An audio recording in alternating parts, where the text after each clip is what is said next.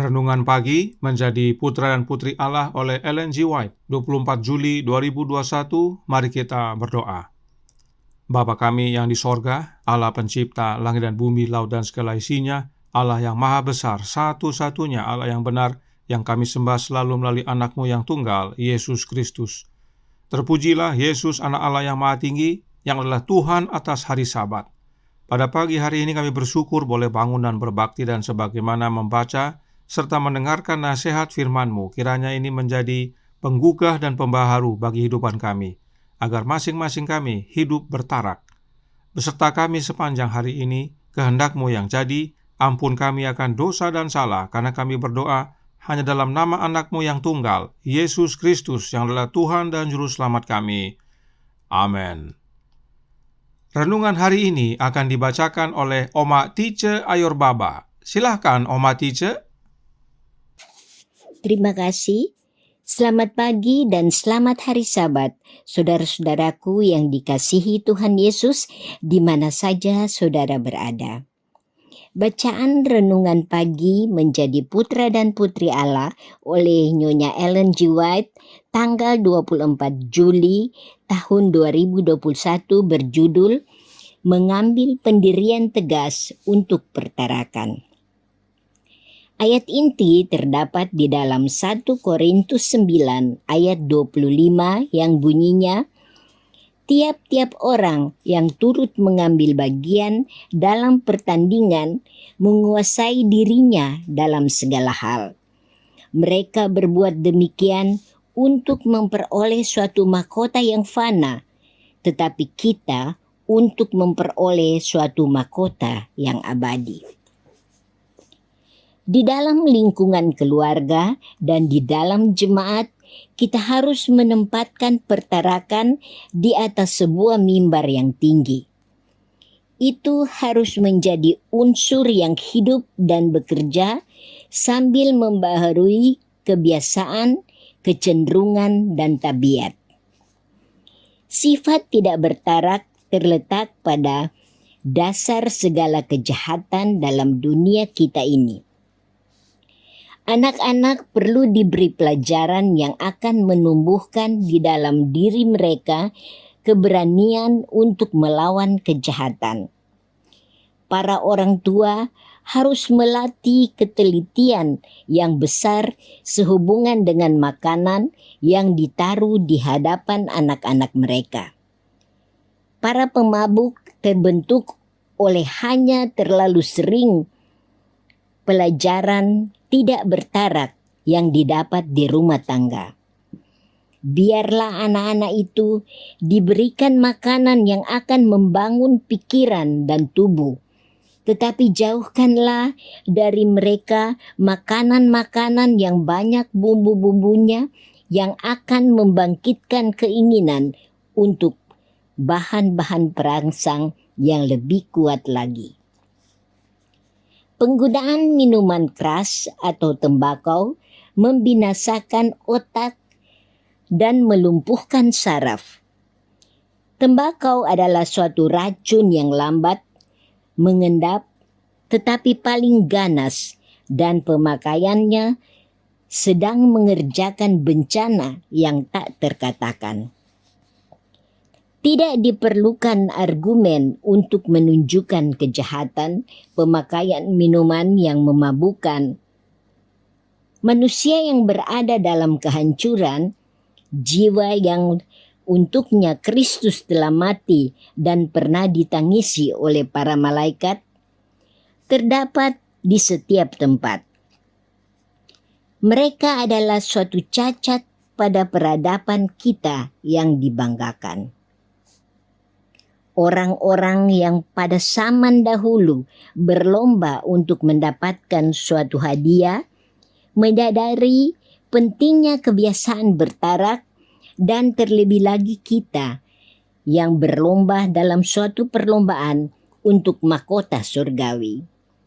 Kita seharusnya mengerahkan segala usaha untuk mengalahkan kejahatan. Pada setiap waktu dan semua kesempatan menuntut keberanian moral ini untuk berpegang pada prinsip pertarakan yang tegas. Ingatlah bahwa setiap hari engkau menenun bagi dirimu suatu jaring kebiasaan. Makin baik engkau memelihara hukum kesehatan, semakin jelas engkau dapat melihat pencobaan dan menolak pencobaan itu, dan semakin jelas pula engkau melihat nilai hal yang kekal itu. Terima kasih. Demikianlah bacaan renungan pagi hari ini. Tuhan Yesus memberkati. Terima kasih atas penata layanan Oma Tica. Tuhan Yesus memberkati. Selamat pagi saudaraku dalam Tuhan. Selamat hari Sabat. Pekabaran hari ini adalah tentang bertarak. Sering orang mendengar kata bertarak ini langsung menghubungkannya dengan makanan, khususnya makanan sehat. Hal itu benar, tetapi fokus bertarak adalah pengendalian diri. Jadi, kalaupun kita memakan makanan yang sehat, kita perlu pengendalian diri atau penguasaan diri. Dan penguasaan diri ini atau temperance adalah salah satu dari buah-buah roh. Roh Nubuat berkata dalam Steps to Christ halaman 58 paragraf 3 yang menjelaskan, mereka yang telah menjadi ciptaan baru di dalam Kristus Yesus akan mengeluarkan buah-buah roh, kasih, sukacita, damai sejahtera, kesabaran, kemurahan, kebaikan, kesetiaan, kelemah lembutan, penguasaan diri. Galatia 5 ayat 22 dan 23. Mereka tidak lagi hidup sesuai dengan hawa nafsu mereka yang lama, melainkan dengan iman kepada Anak Allah. Mereka akan mengikuti langkah-langkahnya, memantulkan karakternya, dan menyucikan diri sebagaimana Dia adalah suci adanya. Buah-buah roh tersebut adalah karakter Yesus, dan salah satunya adalah temperance atau bertarak atau penguasaan diri. Karenanya, bertarak itu ada hubungannya dengan kabar baik. Roh Nubuat berkata dalam Counsels on Health halaman 634 paragraf 3 yang berbunyi, ketika bertarak ditampilkan sebagai bagian dari Injil, banyak orang akan melihat kebutuhan mereka akan pembaharuan. Inilah kuasa bertarak itu. Jika dihubungkan dengan Injil, maka akan terlihat kebutuhan pembaharuan dalam hidup kita masing-masing. Kenapa?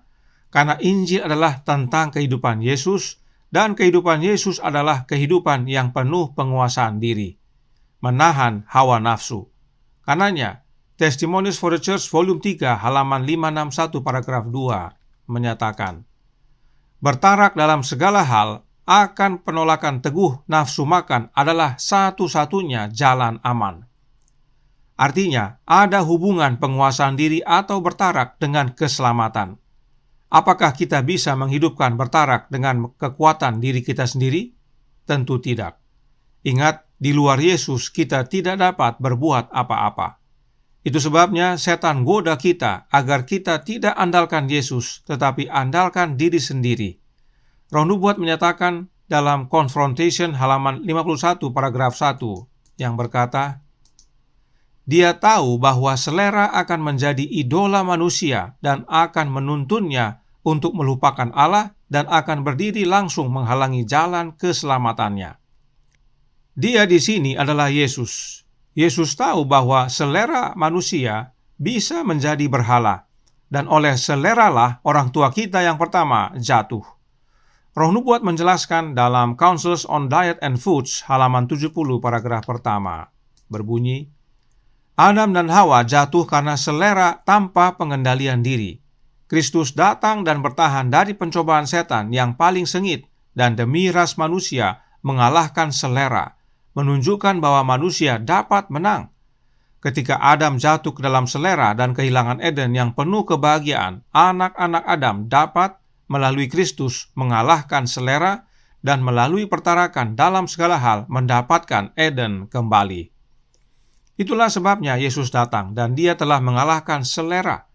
Di titik mana Adam pertama jatuh, di titik yang sama Adam yang akhir menang. Karena itu untuk menolong kita mengalahkan selera, dan kita perlu hanya satu oknum, yaitu Yesus Kristus, agar kita dapat menang atas selera kita. Satu-satunya oknum ilahi yang telah menjadi manusia dan menang atas selera hanyalah Yesus Kristus. Apakah hanya makanan yang Yesus maksudkan? Tentu tidak.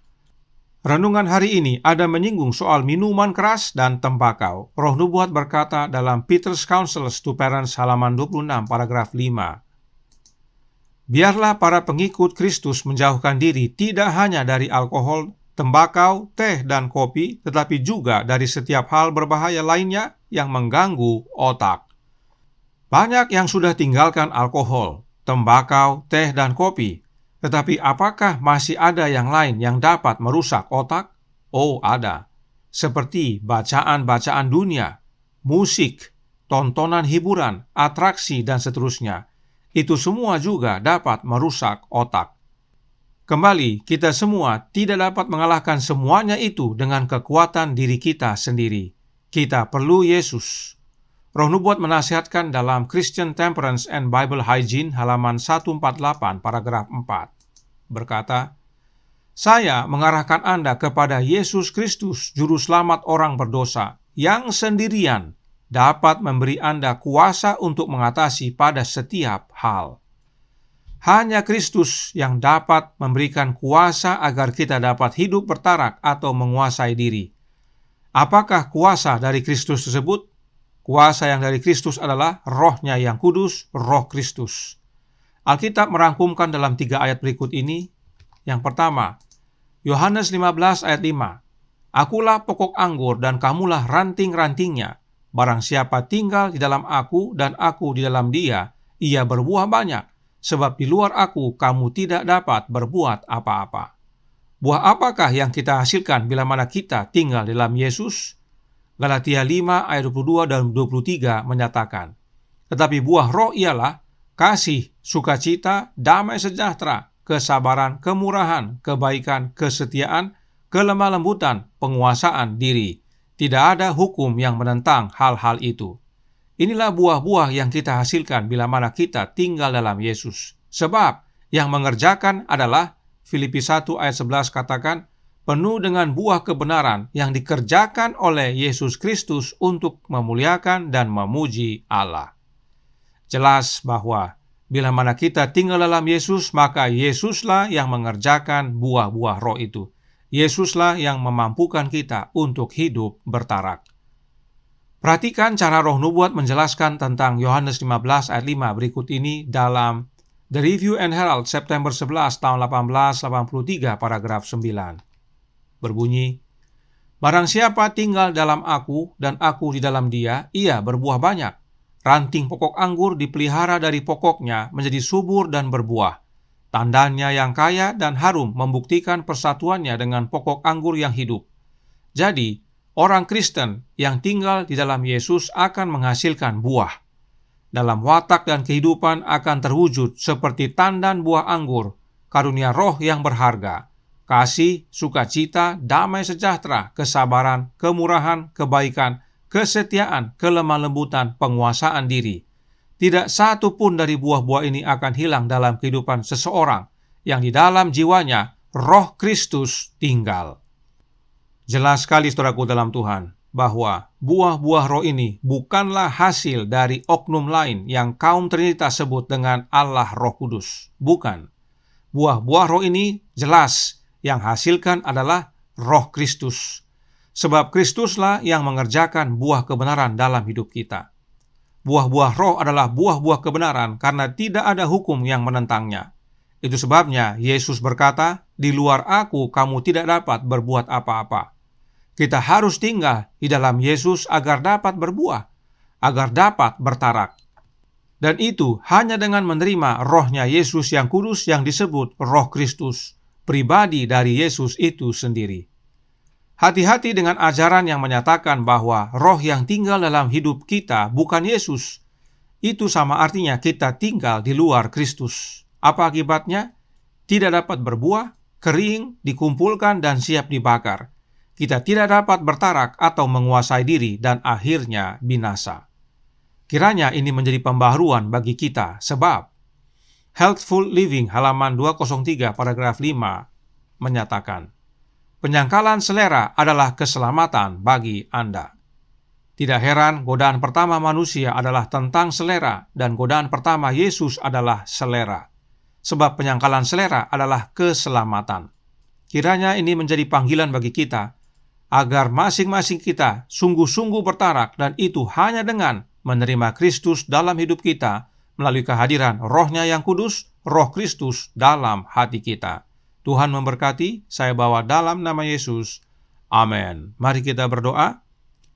Bapa kami yang di sorga, Allah pencipta langit dan bumi, laut dan segala isinya, Allah yang maha besar, maha kuasa, sumber segalanya, yang kami sembah selalu melalui anak-Mu yang tunggal, Yesus Kristus.